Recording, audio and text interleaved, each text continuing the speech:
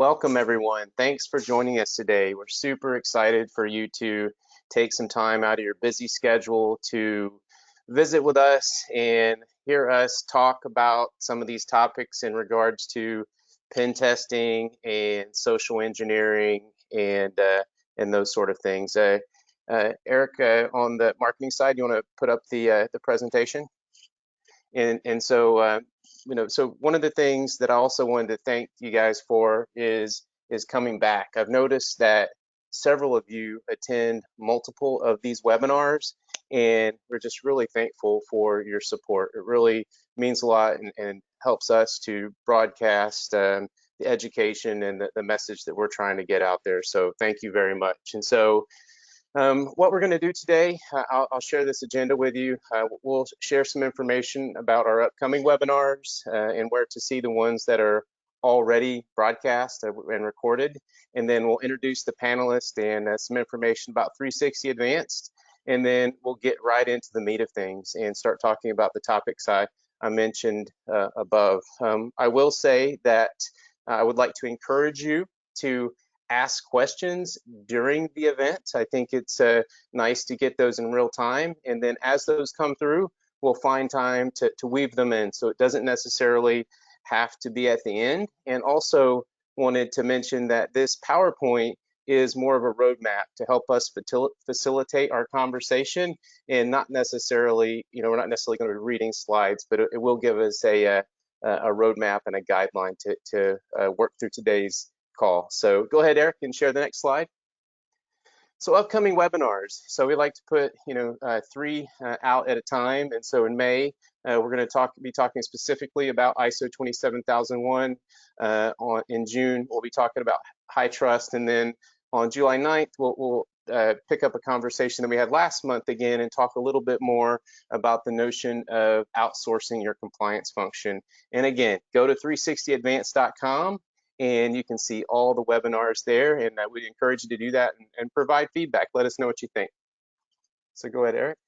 And so our panelists today, my name is Carlos Guerrero. I'm a senior compliance executive here, and I'm the host and the MC, and I'll be helping to facilitate this conversation today. We have Brian Martin, who's with us, and get a good look at him now, because you can't see him on the actual webinar because he's having a little bit of technical difficulty with his camera, but he has helped us build, and he runs our pen testing practice here at 360 Advanced and is really sharp and will be able to add a lot of content. And then Chris Francis, who's my colleague, but has been here a lot longer than I have on the sales and business development side, has a lot of experience working with a variety of clients. And then Eric Krohn from KnowBe4.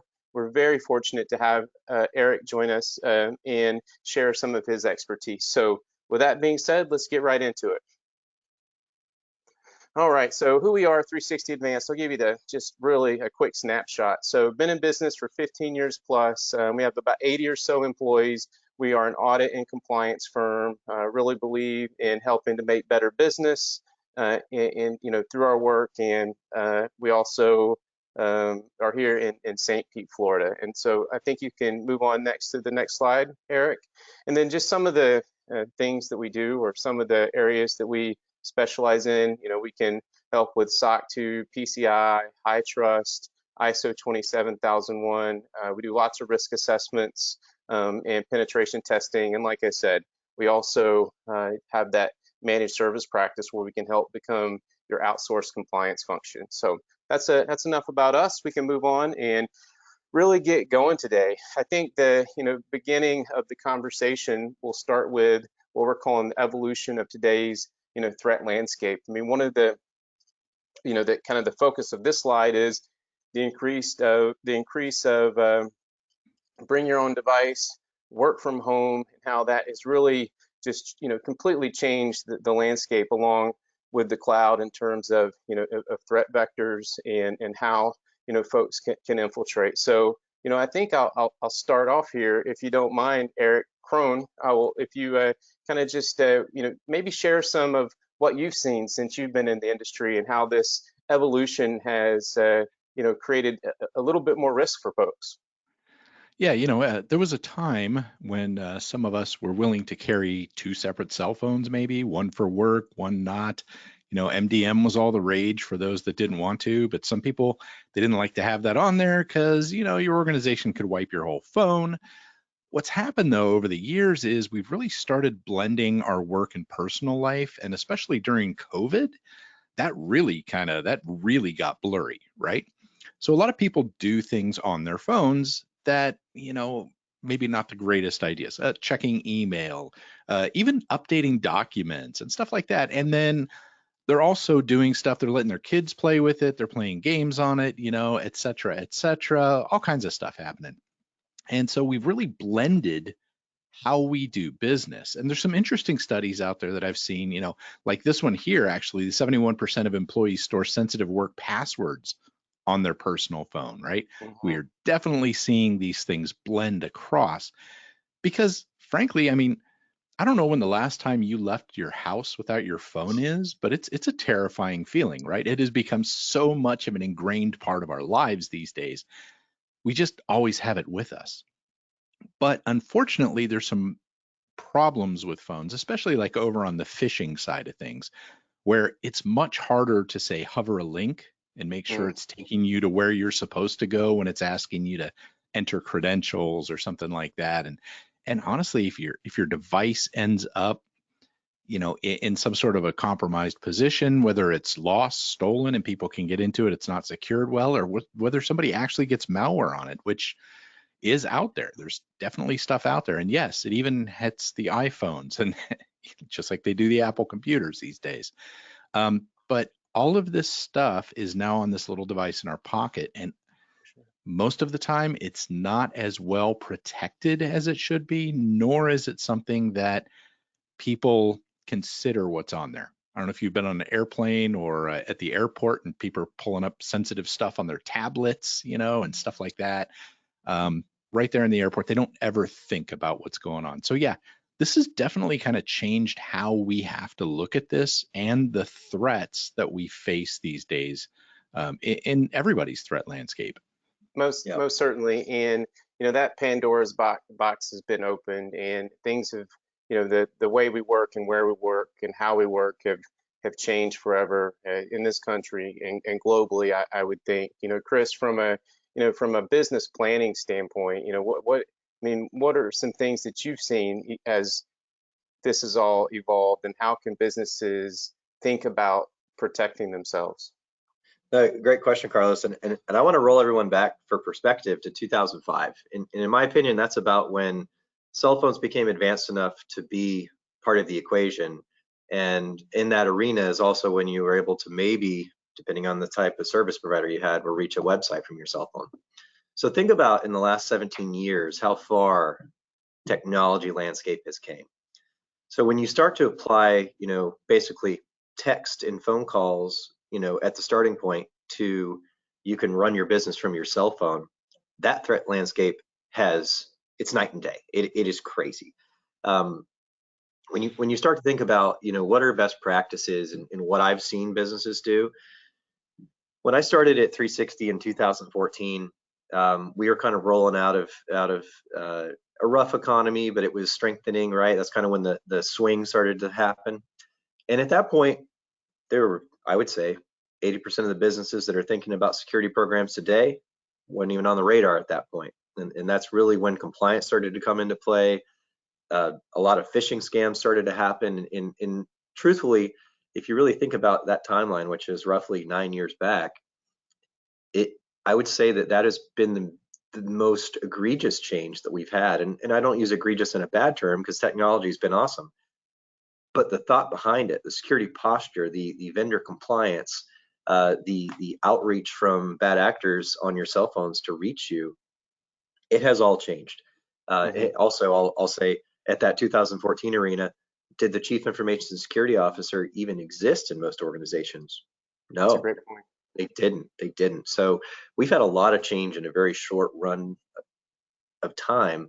And I want to implore people to think about double that timeline. What's it look like in another 17, 18 years? And I'm sure it will be night and day. But what I've seen organizations doing, obviously, as I mentioned, CISOs didn't exist. They're very much a part of the equation now. I see organizations getting penetration testing practices in place, having repetition behind that, performing risk assessments, working with consultants. So we've went from, maybe you can get budget there, Mr. CISO or Mr. Director of IT, to how much do you need, because I want my assets protected so that I don't have to call the insurance guy to pay things out. So, I don't know. It's been a steep climb, right? And nobody knows what the future looks like. But in looking at a lot of AI stuff that's coming out, it's only going to change faster, in my opinion.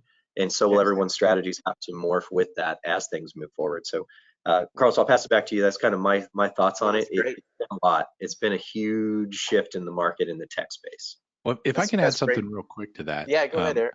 The things that we're seeing these days, look at the whole TikTok thing that's going on, where states are banning it, right? Government entities. Why? Because these apps can sometimes gather all kinds of information around other stuff. We're at a point in time where we've never had so much information gathered on us by the devices we carry around with us every day, things like that. How many of you have gone into a store, pulled into a car, a car sales, dealership, and on your way home, you're getting ads for cars, right?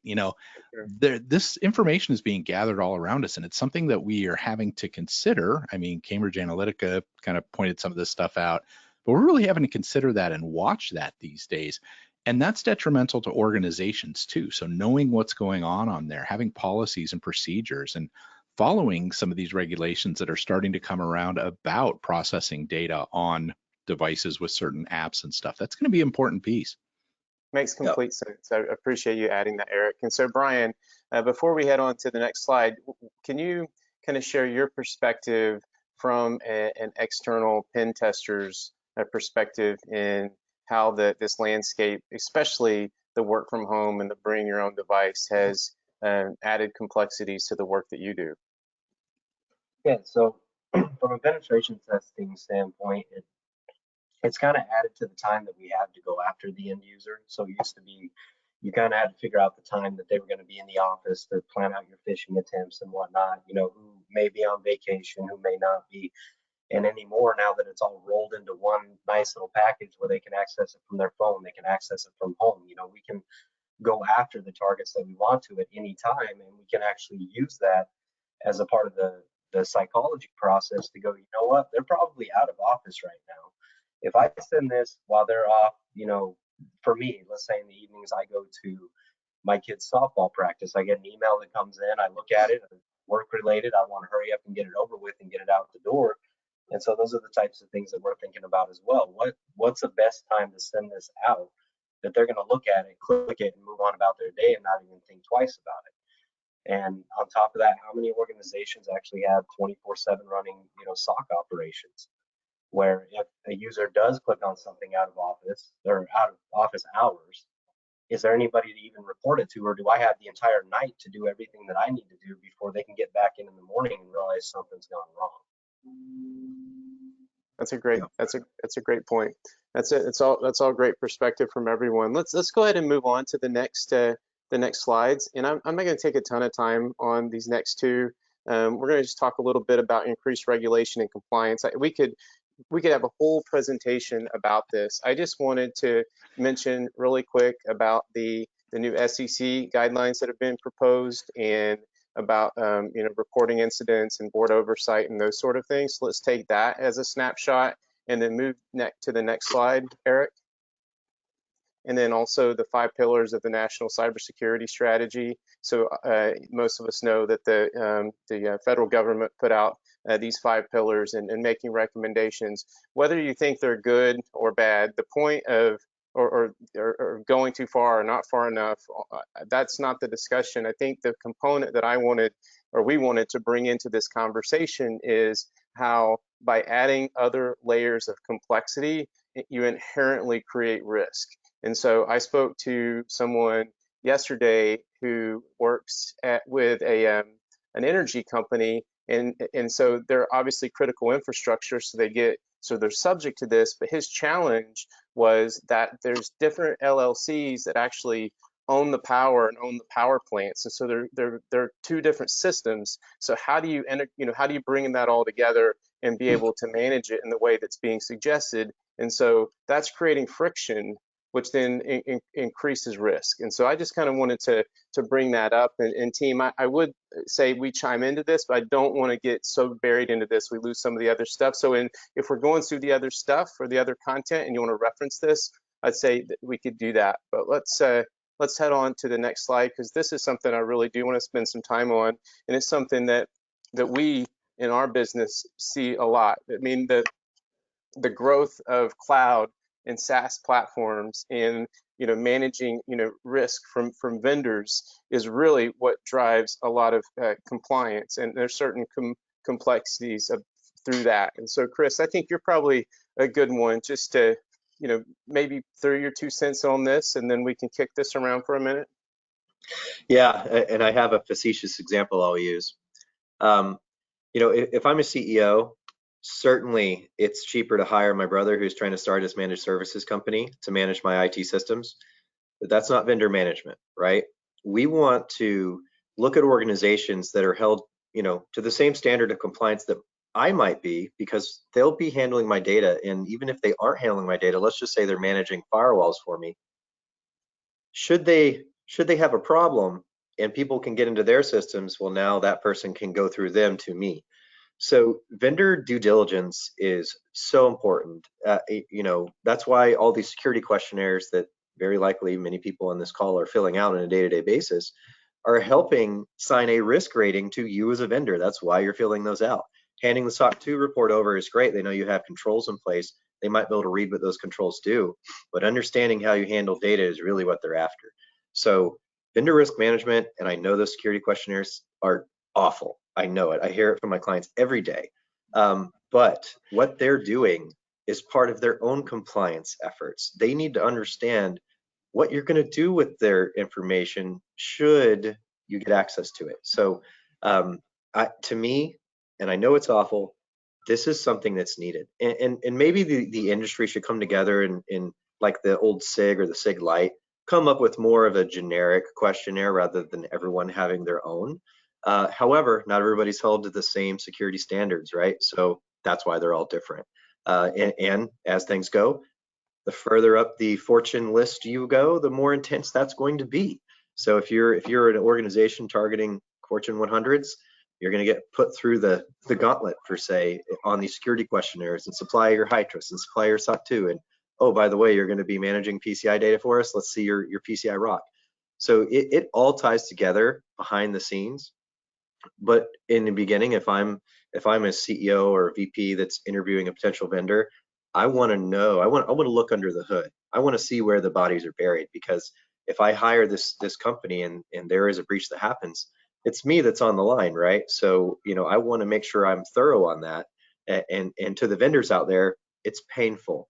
It is. But if you're signing a multi-year client, likely that's going to reward you in other ways later on as you develop that relationship and manage the data for that said client. Makes complete sense. And remember when people used to get cyber insurance, and they basically ask you if you had a pulse.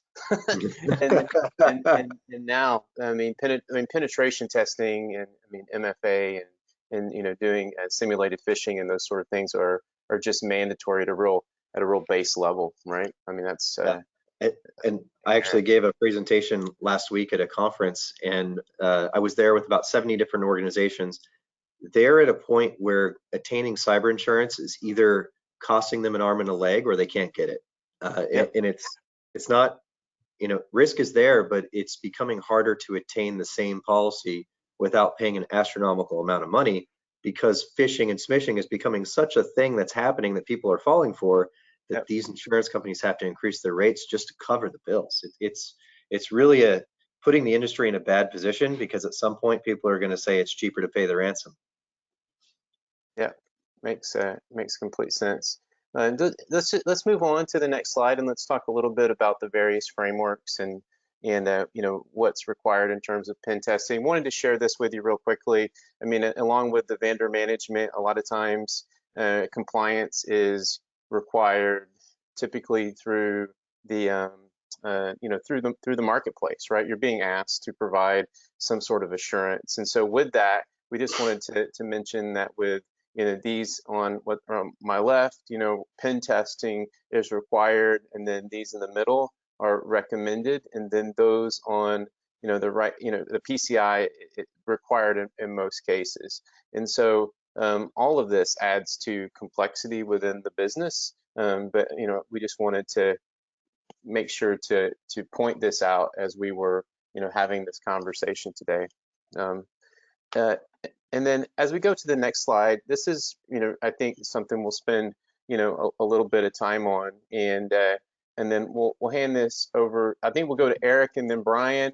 Brian, so Eric, talk a little bit about ransomware as you first saw it as it came out, and then maybe Brian, you talk a little bit about helping to simulate those these type of things.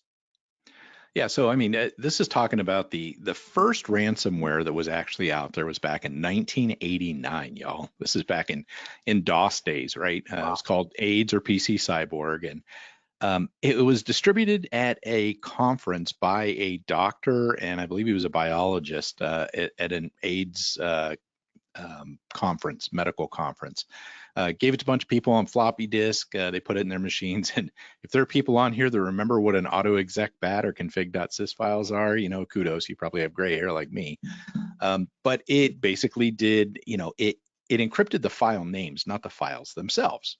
Okay, interesting enough. So he gave out free software. These people put it in, encrypted that. Then you had to mail $189 to a PO box in Panama. The guy was busted. I believe he was in the UK when he was busted. I don't think he actually ended up standing trial. Funny story, because they found him unfit to do trial. But what he said was, he was like, oh, well, it's okay, because any proceeds I made were going to help in AIDS research. Okay. So that's how he justified it to himself. Well, that was the first time we saw something like that, and it was pretty clever. The problem with ransoms, and this goes whether they're holding, human people or whether they're holding, something digitally, is that you have to pay that ransom somehow. And generally that means, especially when it comes to, the old way of doing things, you have to be somewhere physically to get the money, right? And that's where, the cops jump out of the bushes with twigs in their helmets and stuff like that and take the people down. But what's happened is over the years, we started having digital commerce take place, okay? So some brilliant person went, hey, that ransom thing, that's a pretty good idea. And you know what? Now we can actually accept electronic gift cards. Let's do that instead, because they're anonymous and we can get them from where we are. Well, that kind of started the reemergence of ransomware. And of course, it's absolutely exploded. In the beginning, ransomware was simply a matter of taking the data, encrypting it, and then charging you a couple $100 to get your machine back. And what it's exploded to, and we'll see this on the next slide, is nothing like that anymore. We got pretty good at restoring machines and systems very quickly, and so they added something to that, which was the data exfiltration piece. And the extortion that's around that. So yeah, 2018 to 2019 went from 6,000 to 84,000. Average payment in 2021 was 570,000. It's very, very expensive. And not only that, I agree with the Sophos finding here. It's at least double the price of the ransom, even if you pay, because you got to go fix that, right?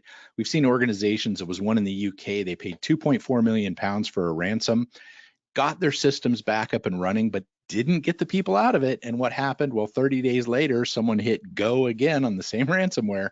They ended up paying another 2.4 million pounds because they were still in the system. Okay. And the losses that we're seeing with ransomware, I mean, honestly, that's kind of what's driving the insurance problem that we talked about there. I mean, they're getting tired of paying out on stuff like this over and over and over again. But the way it's exploded since Maze came on the scene in late 2019 and started data exfiltration is mind-boggling. I mean, we all saw WannaCry, especially if you're in the UK, we saw WannaCry. But the highest ransom amount for WannaCry was $300 a machine. I mean, let that sink in for a second. Wow. Don't we wish for the good old days, right? Now it's so much more when we're dealing with this.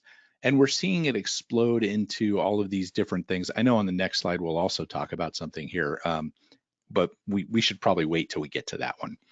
Yeah, I think Um, that's a good segue, Eric. And I think that, I mean, you know, we do managed services. I mean, a lot of companies do managed services. I mean, so, you know, ransomware, as you know, the person, you know, the proverbial person in the basement, sort of, you know, making these things happen, you know, with a lot of technical expertise, have really changed, haven't they, to become a bit of a business model. Oh, absolutely. I mean, these are so mature. These groups that we're talking about are so mature. A lot of organizations really underestimate that. You know, we're talking about ransomware as a service here. Like so many other things in the real business world, we're talking about as a service things. In other words, somebody else provides all the infrastructure. And ransomware as a service, I always like to think of it as like the Mary Kay model in cybercrime, right? So you have these affiliates that go out and they actually carry out the attacks, and it's a profit sharing venture.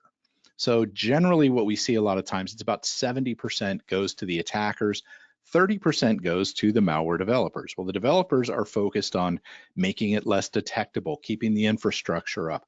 I mean, this maturity has made it much harder for law enforcement to really stop things.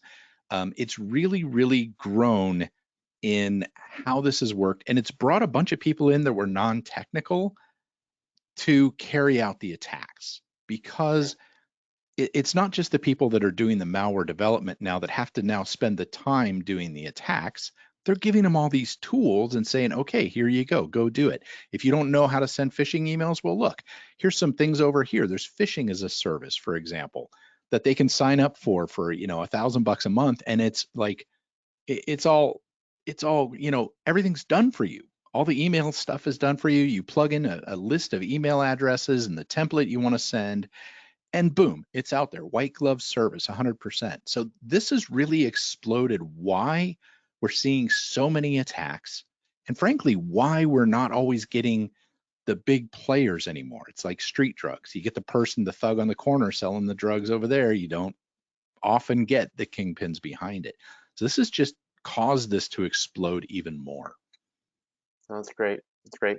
Chris or Brian, anything to add to this before we, you know, have a discussion about the, you know, the difference between a scan and a pen test? That's going to be the next slide. But would you guys have any thoughts that you would add to this?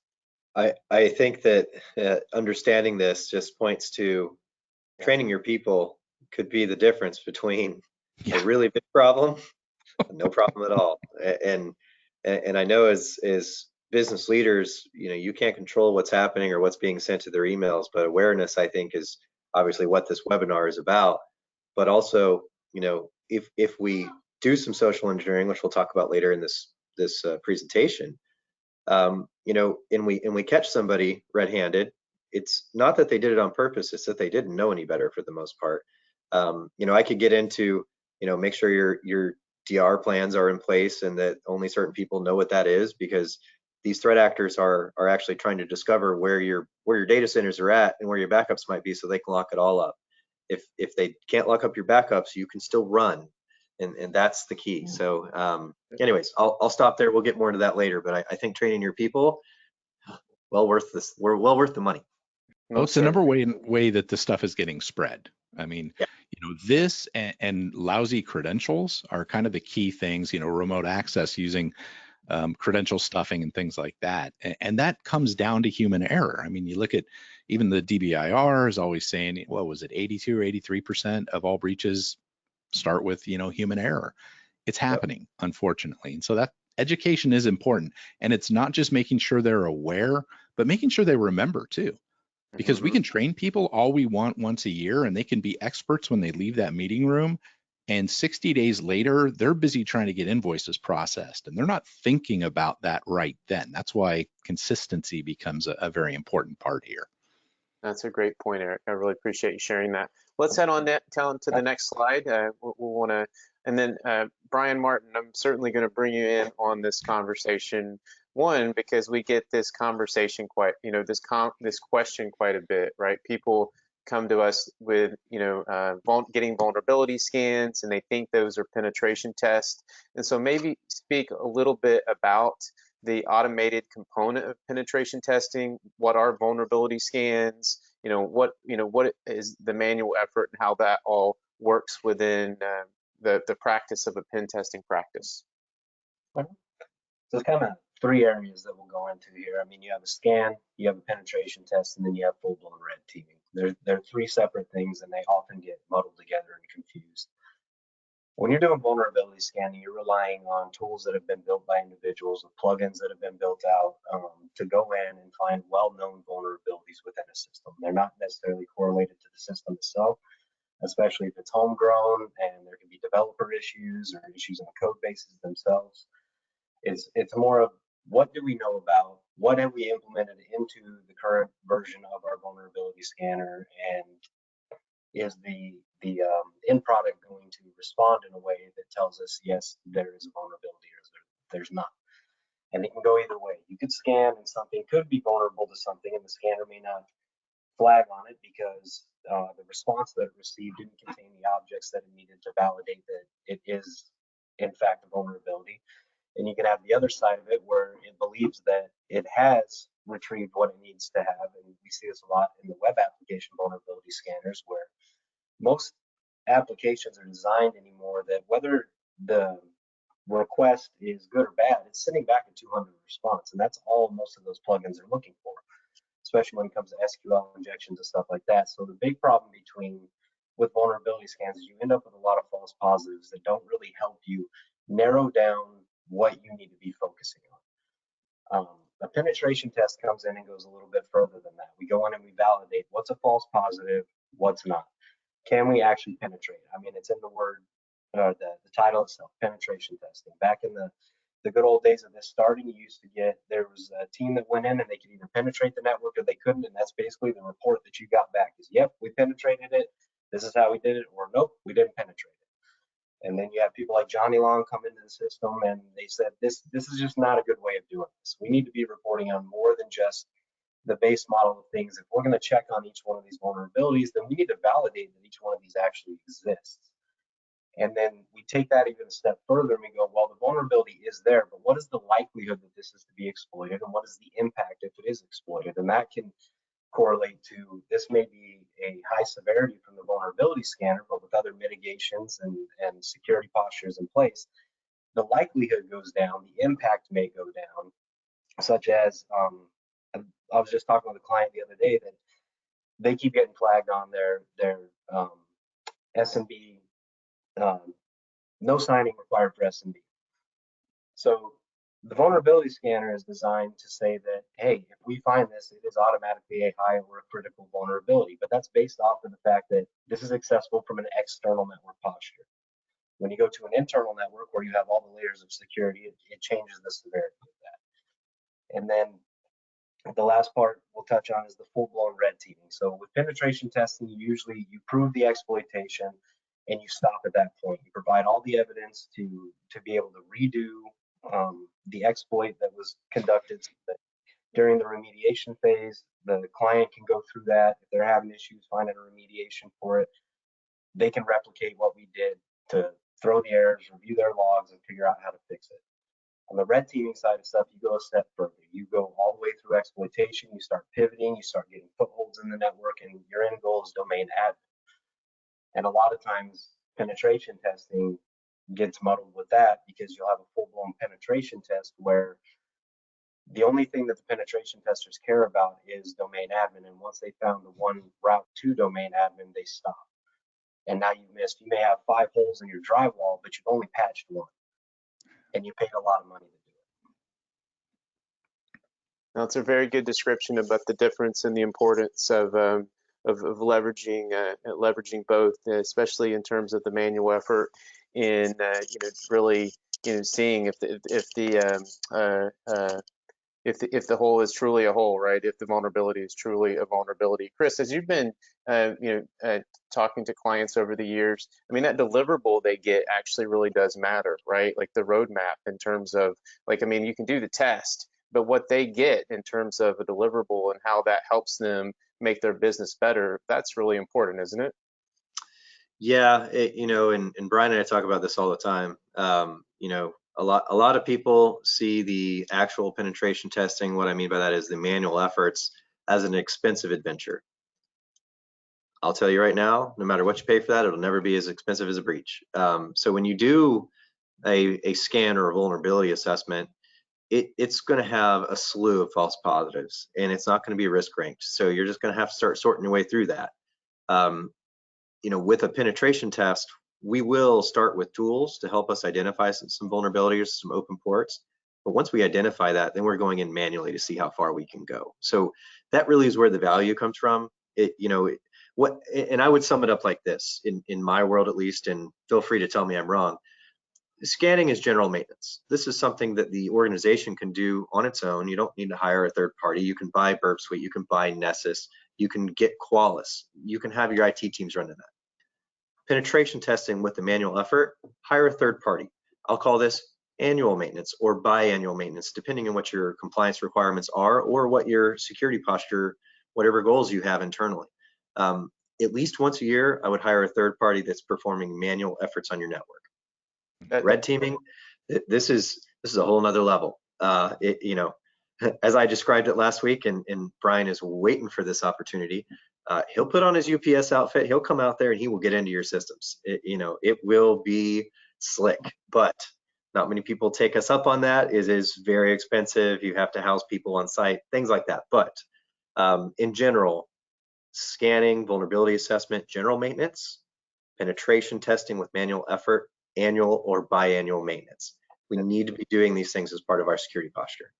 That's really great, Chris. And I was actually going to read a question that I just received from someone that said, how much pen testing is enough, considering the evolving landscape? And I imagine that no one has, unlimited time or unlimited budgets, but what you laid out, especially with the biannual penetration test, would probably be more than most people are doing. And I'll provide a caveat to that answer, Carlos. How often is your network changing? That's a good point. If we make major changes, go ahead, Brian. I was just going to say, I was going to jump on with the same comment, especially when it comes to the web application side of things. How often are you committing code changes? Has that new code been vetted? And if it hasn't, we can model a penetration testing effort around. We don't need to go back and reinvent the wheel every time that we do this. We can go, well, this is the new code set. This is the other code that it interacts with. We start from point A and work through point B. And then in our next annual test, we'll ensure that this is all included again. But you can do quarterly testing as well to validate those little changes throughout time with a minimized scope. Yep. So I think my formal answer is, based on how much you're changing the environment, is how often you should be performing another test to some level at minimum. And to Brian's point, applications, tend to, be there are more updates, more changes, right? They're more fluid. So you would assume that would even be more the case on the application side of things. Absolutely. I would say you also want to look at the overall threat landscape, what's going on in the world as well. Have there been a lot of breaches this year? I think that's what we saw last year. There were several breaches, and everybody thought because of the economic impact, security was kind of going down the tube for 2023 as far as testing and everything else went. But you had, big names like U-Haul, Southwest, and everybody else getting hacked, and now everybody's looking at it going, we need to do something, because obviously this is on the rise, because the attackers are seeing that everybody's in COVID mindset right now. So they're going to be limiting what they're doing. They're not going to have the budgets that they have. And now they're revving up the attacks. There's, new CVEs coming out every day, new 0 days that are happening every day. And do those things impact your current environment? Is that something that you need to get tested and validated for? And again, even those things, you can minimize the scope for a one-off pen test and go, hey, we know we might be vulnerable to this current thing that just came out. We have 12 systems that are running that operating system right now. We need to get it validated. That's a smart approach. That's really when you understand, at an intimate level what's happening, and that certainly makes a difference too. Let's move on to the next slide. We're going to talk about simulated phishing campaigns, and if it's okay, Eric, I'm going to push this to you, but let's for the sake of time, because we have one more area that I want to make sure that we do cover and have a couple more questions. But I think the quick discussion about simulated phishing, automated versus manual, and and Brian, you can jump in there too. But let's really see if we can keep this to 5-6 minutes. But we certainly want to make sure we cover it. Yeah, I mean, basically, one of the things that I see is there's a lot of organizations out there that do like simulated phishing, and I think that's great, right? They have a program in place, but a lot of them just kind of do it on a ad hoc basis, or every once in a while. They don't put much effort behind it. And what I like to do is I like to make sure that people understand it's an ongoing thing. I mentioned earlier, Chris, about having to keep it at kind of top of mind, right? They may be educated, but they're not thinking about it because they're so busy doing this. And a lot of people misunderstand the idea behind what's going on with the simulated phishing. And I do want to make this very clear. It's not about tricking people. That's not what the simulated phishing stuff is about. It's about educating people. And I like to use this example. It's kind of like when you go to class and you learn something from an instructor, and then you get to go to the lab and do it hands-on, right? So what do? You tell them, oh, well, you need to look at URLs, you need to hover the link, you need to do all this. Well, that's fine when you're educating them, but how about we give them a chance to actually do that in something that's not going to be detrimental to the organization? The idea is to keep it top of mind. You never shame people who fail this. I'm a strong believer in that, right? This is all about positive reinforcement. It's about saying, hey, you know what? You're going to be attacked by stuff at home too, because there's scammers and people trying to get into your bank account at home, right? We're giving you a chance to learn this and try this. That's kind of what it's all about. A lot of organizations in this 4-step thing we do, where you do a baseline, train people, phish them, and then see the results. A lot of people do the middle two, which is they train people maybe once a month, or maybe less, maybe once a year, and then they phish people, and then they go, okay, we're good. But they never look at the results. They never looked at where they started. They never see what's actually going on. And when you do this kind of testing, one of the things it can provide is it can give you some threat intel. It can, give you some information about what it is that people are not good at. We have limited amounts of time in front of people to educate them. So if you phish all of your users and not a single person opens a document and enables active content, don't waste your, 10 minutes a month or whatever training them not to do that. They already know that part. Let's move on to the thing that they do, which is maybe they follow something and put in their credentials or something like that. That lets you know that, hey, this is actually a weakness here. It's not the same as pen testing. That's not the idea, but it will give you an idea of, oh, wait a minute, this is something maybe we should focus on with our training instead of wasting those cycles that you do get. So it's important to understand where you are and watch how these things are moving as you do them as well. Yeah. I like that, Eric, and it reminds me of somewhat in the audit world. We say, we don't want to be check the box auditors, right? Like the idea of doing an audit and you're not improving your business is not very helpful. I mean, you want to integrate, the compliance program into the business and have tone at the top. I mean, it seems like that would be really important also for these phishing campaigns, is that it's actually built in to the overall culture and it's not just basically a check the box exercise. Would that be a good way to frame that, Chris? Yeah. I would also say in the spirit of positive reinforcement, organizations should think about, said employee hasn't clicked on anything in 12 months, they get an extra day of PTO, or they get, this little trinket, like nothing major, but something to keep it top of mind and to make that a reward system for paying attention. And I think if we could do simple things like that, 1 day of PTO, what does that really cost in the organization? Yeah. I mean, if you're 1,000 employees, I guess a lot, but in retrospect, not really. And I think that little things like that would make huge differences. Yeah, I see a lot of places gamify this. And so Oh, they'll really? run competitions between like marketing and this department, and it's all in fun, right? So they actually look forward to getting some of the simulated ones. A lot of people do it in October, they have these phishing derbies. They look forward to it because that's an opportunity to get points on the board, right? And the winning group gets a pizza party or whatever. It doesn't really matter. It's about gamifying, it's about positive reinforcement. Sometimes it's just about bragging rights. Hmm. That's what we need to do. That needs to be the positive part. And that comes in with the messaging to people like, hey, check it out. We got something fun to do here. Let's see how well we can do. Well, Wholeheartedly agree. we're going to talk towards the end about the psychology of behind social engineering and building up the psychology on your side seems like that could be as an important part of this as well, right? So you're not just left on an island.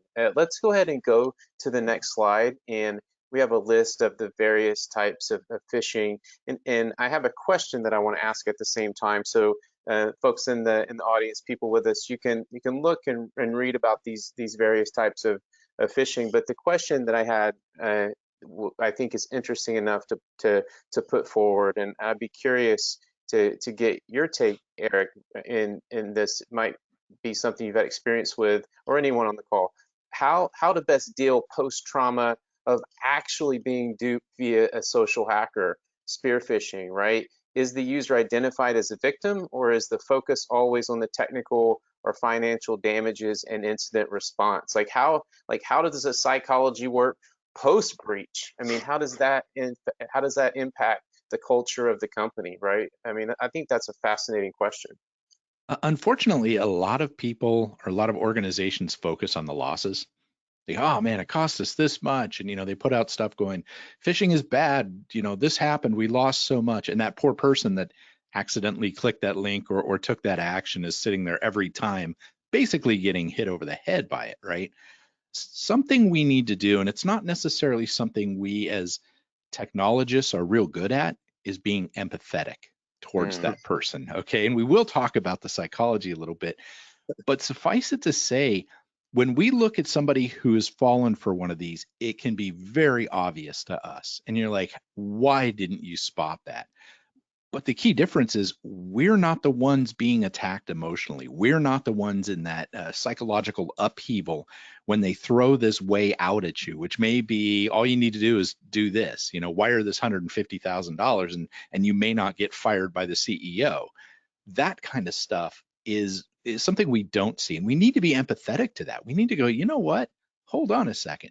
There's another thing we need to do, and that is sometimes we we overestimate just how good we are and how other people should be. So I like to say this. I like to say if somebody in say finance or something like that messes up, instead of thinking, oh, these people are dumb, think about what it would be like if you went to them with a problem in Excel and they make you feel absolutely stupid, right? I don't know about you. I don't do pivot tables very well.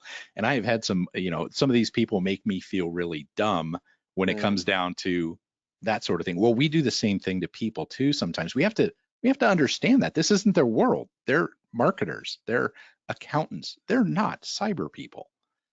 Mhm. Empathy goes a long ways towards that, and our messaging too, you know. I have some firsthand experience of rattle in the cage of someone who clicked the link and they do not like it. No, no. And it doesn't really help most of the time either. Makes No, complete. no, it doesn't. No, it doesn't. Beyond the empathy, sometimes you need to look at your users when you're going towards that. We're more concerned about the security implementation and the payout and everything else. Your users are a part of that system as well. They are a part of the security process. And maybe it's, did we not provide enough training? Did we not, like Eric was saying earlier, did we not analyze the results of our phishing campaigns thoroughly enough to understand what they were actually clicking on? Because I think a big part of that analysis process is also not only training the end user, but you can take the data and really realize, well, what is it that our users are falling for? And now we can take that information, go back to the spam filters and everything else, and now we know what we should be weeding out a little bit more than everything else. They're not falling for social media stuff, but every time I send them a free Dunkin' Donuts coffee, they hammer. Yep. Dunkin' Donuts, love it. No, that's beautiful. I think that's a really good conversation about this. I think it's really important. Let's go ahead and move on to the next slide. And examples of the wire transfer, fraud, via email. These are types of things that we see. Eric, we got this from your deck. What you want to just break it down real quickly for folks? It's very clever. And some of these things, that what's important to understand is these things oftentimes start out simple. Like in this, it's a CEO to a COO saying, "Are you in the office?" Right? That doesn't automatically flag you as going, "Oh my gosh, it's a phishing email," right? No, that doesn't happen.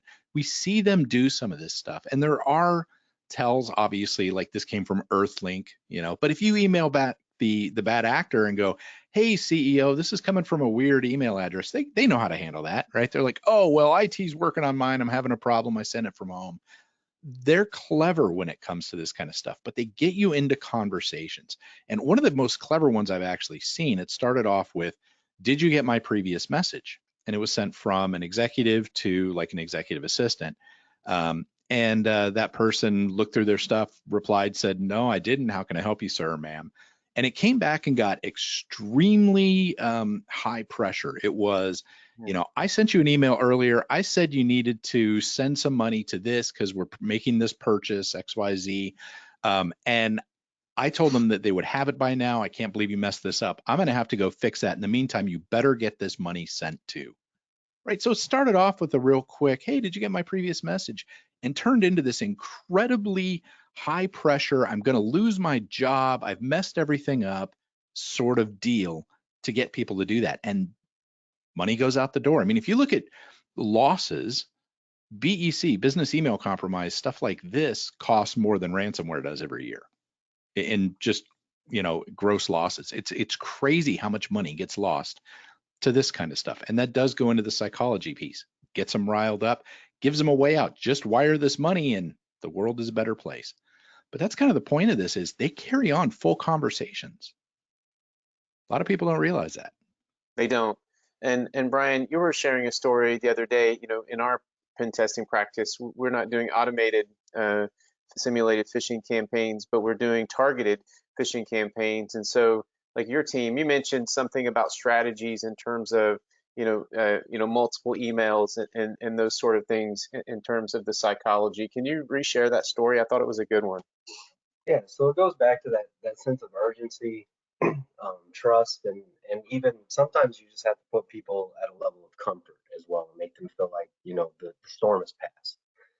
So one of the things that we've done before is we send out the original wave of phishing, and we wait for everything to happen. And then finally, our contact over at the client will come back and tell us, "Hey, we've had 15 people that have reported on this already. They know what you guys are doing. You're kind of dead in the water. You shouldn't be seeing anything else." And I go, "Great, that's good information because it's been 2 days without any clicks. So I'm going to go ahead and send another email since you have SMTP Open Relay, and I'm going to send it from you.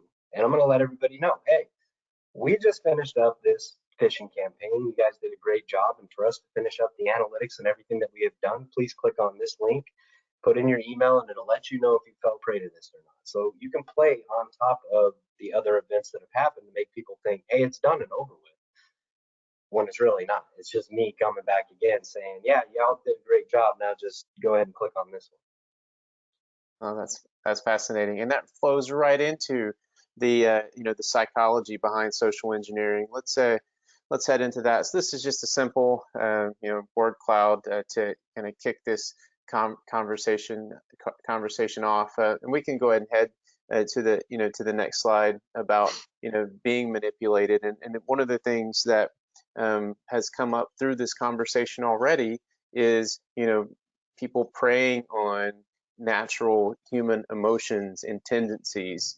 And so, Eric, what's your take on this notion of the psychology of social engineering? I know you've been doing lectures on it for a long time. Yeah, this is kind of the things that they use against people, just broadly speaking. Okay, greed, right? Nigerian prince scam. That guy's been trying to give away money for a long time, right? But hey, if I just throw a few bucks this way, I'm going to get millions back, right? Think about how long that's been working, right? For how many years? This is something that's intrinsic to us. Even back when Twitter got hit by those kids and they started sending out the, send us a Bitcoin and we'll send you back too, because I'm Elon Musk and I'm crazy like that, right? People are jumping into it because they're like, yeah, I'm going to get another Bitcoin. That's big money, right? That's what motivates a lot of people to do that. So greed is a part of it. Curiosity, like clickbait ads and stuff like that we see, you won't believe what this person did at the grocery store, or tip number 5 will blow your mind, all that kind of stuff.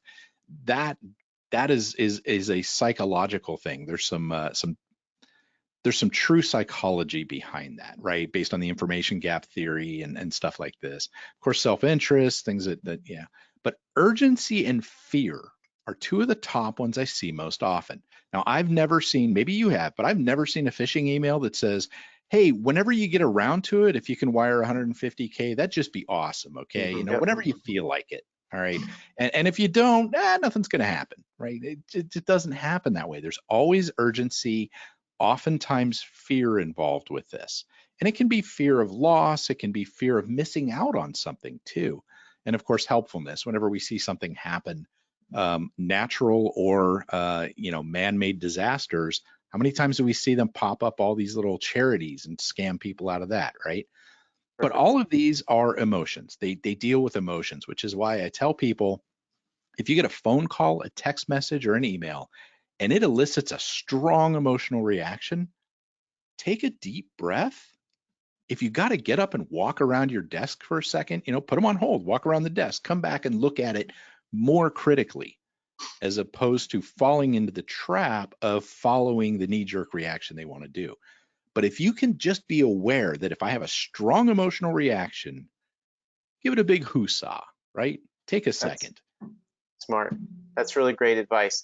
And so I'm going to do a bit of housekeeping here before we go into the last question, because I do want to get into this last topic. We might go just a little bit past the hour, not much, but I want to let everyone know that has to drop off. Thank you for coming. And then you'll be receiving an email from us. We'll just be asking for some feedback. And if you'd like the recording, let us know what you think. The feedback is really extremely helpful. So with that, let's wrap things up in the next couple of minutes. And, I'll hand this back to the group to talk about open source intelligence and how that's used and how in relation to social engineering.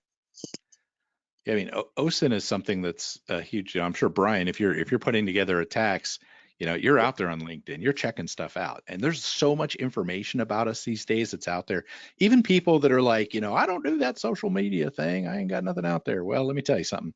There is stuff out there on you, whether you like it or not. Your county recorder's office probably has information about the plot of land that you own or the home that you live in, and all of this kind of stuff. You have a digital trail, whether you like it or not. And OSINT is very, very powerful. You can go out there, you can find out people's interests, where they've worked before, what schools they've gone to.